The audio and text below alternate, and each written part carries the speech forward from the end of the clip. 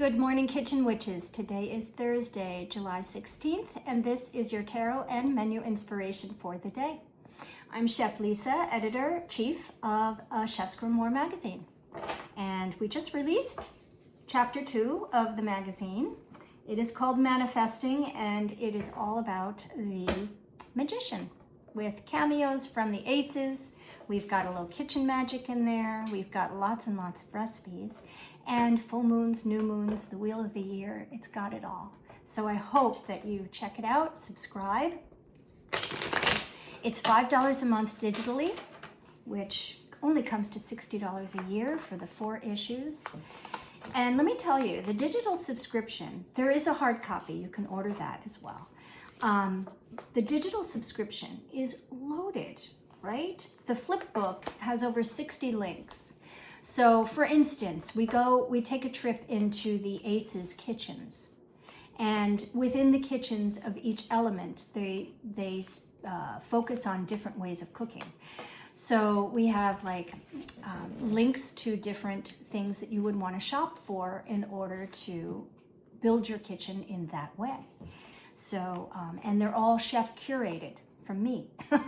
So I went onto Amazon and I said, no, I don't like that lemon squeezer. I like this one. So yeah, all those links are included in the digital subscription, not in the hard copies, right? I can't do links in hard copies, but that's extra, right? And it's cheaper to do the digital subscription, yes. But you're getting so much more. So anyway, I find value in it. I hope you do too. Check it out at chefsgrimoire.com. Moving on to today, which is Thursday, the 16th of July. We are shuffling cards for our card of the day and all the glorious meals it's going to make for us. What card is that?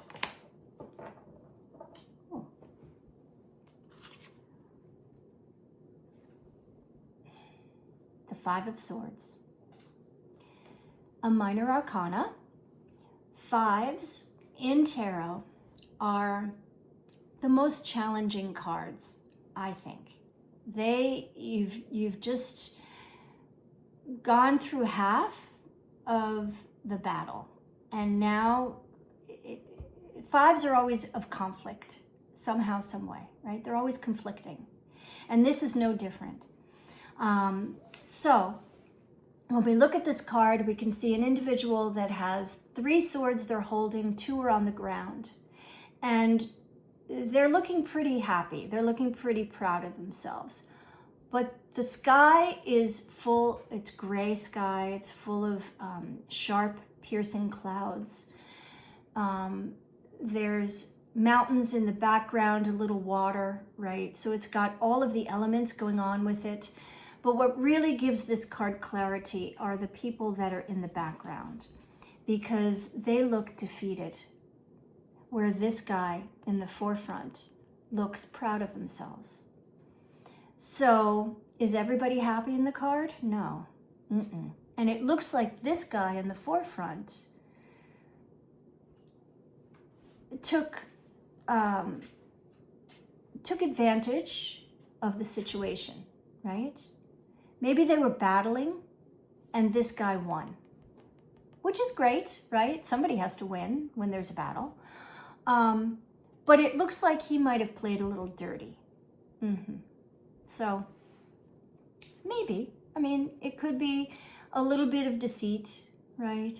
A little bit, and it's swords energy, so it's mental, right? It's how we think, and how we think is how we act. Right? So our intentions go into our actions. And that's something that this card is reminding you. Because are you blinders on, going for the win, and not caring about anybody else that's going to be in your way? So that's what it looks like here. Maybe, right? It could have just been a fair fight and he won, and the other guys are being, crybabies. So in that instance, it's winner takes all. So, but you want to make sure that your win is, there's going to be people that are going to be disappointed. Of course, they didn't win, you know, but make sure that you can still walk up to them and shake their hand. Yeah. So what I'm saying is no hard feelings, right? It's a fair fight, and there shouldn't be any intention that's not fair, honest, and the way it should be. That's it. Easy. It's a minor arcana. It doesn't hold heavy energy. It's just, what fights are you fighting? Where is your intention in the end of the fight, and where is it going to land? And when it lands, is it winner take all? And if it is, can you still go around and shake everybody's hand and have them either be happy for you winning or understand that it was a fair fight and they didn't win, and that's just it, right? Go about your lives. No animosity, no, festering, none of that. It's a fair, even fight. So and I just wanted to mention, right? So we always go about what is the major arcana that rules the minors, because for all of the minors, there's a major that rules it except the court cards, right? So with this, it's numbered 5, and 5th card in the major arcana is the Hierophant. So the Hierophant is all about values and morals, and where do you stand with those? So that goes into this card, right? And that's where we go with our intentions, right? The keys to our intentions. What are we really pushing those, what are we really fighting for that are within our morals, within our, what we believe in? That's worth a fight. But is it something that falls within that? Or is it not? Is it just fighting for somebody else and just winning, right? To win and not caring about consequences. Again, what this card is all about. But it has Hierophant energy underneath it. So now we're going to bring it into the kitchen. And I'm thinking blue prize recipes. So people that have gone to competition with their recipes in order to win. And they have. So the winning recipes. For breakfast, there is a recipe out on the internet that went viral because it's the Queen's scones. And Queen Elizabeth loved these scones. There was a chef that made them for her, and every breakfast, every morning of her reign, she would have these scones with cream and mascarpone cream, which I'm making up, but a clotted cream in England, and jam. And they would always be on the buffet. So a queen scone is a lovely scone. It really comes out beautiful every time. It's what a scone would be. So you've got flour, baking powder. There's currants in there, which you don't want to use raisins. Currants are better. They're teeny tiny. You can repurpose or if they're dried, you can moisten them up a little bit in the hot water before you add them to the batter. I think there's buttermilk in there. I could be wrong. It could just be cream. But you make the batter, and then you stamp them out, and you make your scones. And they puff, and they rise, and they're beautiful. And they've got the crunch on the outside and the tender on the inside. You split them open, and then you make a mascarpone cream. Easy peasy. Take mascarpone cheese, right? It's the Italian cream cheese. And you add a little cream to it so that it can whip, right, into a lovely, what I like to do is add espresso powder to it. Yeah. So you make the whipped cream like you would with the mascarpone, a little cream to get it loose. And then you add espresso powder as you're whipping it up. And it turns like just a little bit of a brownish color. But you can taste the coffee. That's so nice. And you spread that on the scone with a little jam of choice, whatever your jam is. spread that on there. And that is one delectable breakfast for, I mean, it won all kinds of awards and it went viral online. So we know it's good. Yes, do it. So queen scones with mascarpone cream and jam. For a winning lunch, we are going to use oats and we're going to make them savory. So this recipe is super inventive. It's called savory Tuscan oats with chicken sausage. So how you make it, I have the recipe here. I'm going to read it to you. So you use chicken broth and you're going to poach or blanch really your asparagus or green beans if asparagus are out of season, but they're cusp of still being around. So use asparagus. Blanch them in chicken broth. So that's a quick in and out. And then you rinse them under cold water, let them go. You don't want to turn them mushy, right? Keep them crisp tender. And that means putting them in the chicken broth for maybe a minute and then taking them out just until they get vibrant green. So now they're off to the side. Your chicken broth is still in the pot. You're going to add your oats and you're going to cook your oats in chicken broth. And then you're basically making like a risotto with oats instead of arborio rice. So and it's steel cut oats. So when the oats have started to absorb everything and they're looking like you want to eat them, you're going to add some artichoke hearts, some sun-dried tomatoes. Yeah, this is like amazing. Some pesto, either green or red. Red is a sun-dried tomato pesto.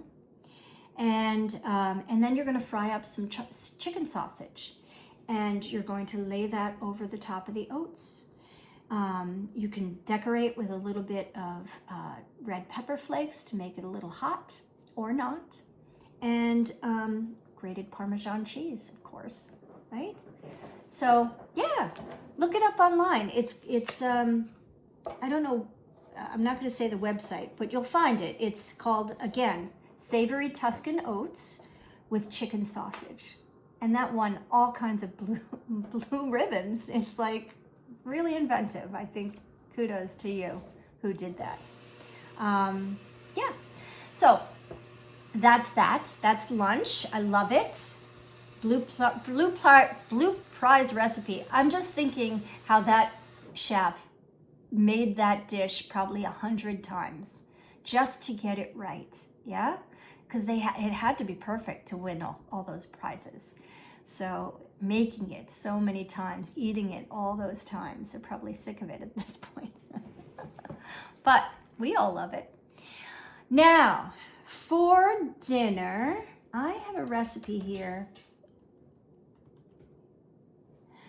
It's called Peking pork chops. Yeah, and it won a ton of blue ribbons. Because, yeah, I mean, pork and Asian food goes together like peanut butter jelly, right? I mean, they use a lot of pork in Asia. So it doesn't seem like it's really out of the box too much, but using a pork chop, just a little, right? Usually it's shredded pork or, duck, right? Peking duck. But now we're bringing it into pork world. So it's inventive and it won all kinds of ribbons. So they competed in competition for this prize. That's where I'm going with this, with the card of the day, right? We're competing. So you want your pork, it could be pork tenderloin, it could be pork chops, or it could be center cut pork chops, which are nothing more than like a pork loin that's cut to look like a pork chop, just FYI. So you have your chops, you know what they're doing, right? These are gonna be deep fried. So you gotta get your deep fry oil going. And then we're gonna do a marinade. And the marinade is an egg, cornstarch, Asian wine, which is called shaxu, shaxi wine. And then you're gonna build a sauce. So the marinade on your chops for, 8 hours maybe, overnight, terrific. And then the sauce is tomato ketchup. Get this, guys, tomato ketchup, plum sauce, an Asian plum sauce. So you have to get this on Amazon or seek it out in an Asian market. But it's going to give you the proper flavor. And then a chili sauce, Asian chili sauce. You can use the sweet chili sauce, can substitute in a pinch, but there is such a thing as a chili sauce, or you could just use the Heinz chili sauce. Fine, right? Hoisin sauce, Worcestershire sauce, black vinegar. So this is a different kind of vinegar. Again, it's available in Asian grocery stores. Sugar, of course. 5-spice powder, that's the Chinese 5-spice. And you're going to whip all that up to make your sauce. So now you've got your chops marinated, you've got your deep fry oil, and you're going to fry the chops. And then once they're fried, you're going to be making your sauce, and the sauce goes all over them. And so they're deep fried, now they're off on the side, draining. The sauce is building in the pan, and then you add your fried chops back into the sauce. And you've got Peking pork chops that you can serve with white rice and steamed broccoli. Sounds good to me. So there you go. Prize winning recipes for, whoops, wrong card. I took that off the top of the pile. For the 5 of Swords. Right. So, yeah, that's like the intention is there. You're using recipes that someone worked really hard in order to win that prize. So they competed for the blue ribbon and they got it. 5 of Swords energy, right? And their intention is now the good for all, because now we have these recipes online that we can make and make us happy, because somebody won that prize. So I hope all your battles today are good ones, and I hope the outcome is good for everybody. And in that, also make sure one of the battles is nourishing yourself, nourishing all those around you with your kitchen magic. See you tomorrow.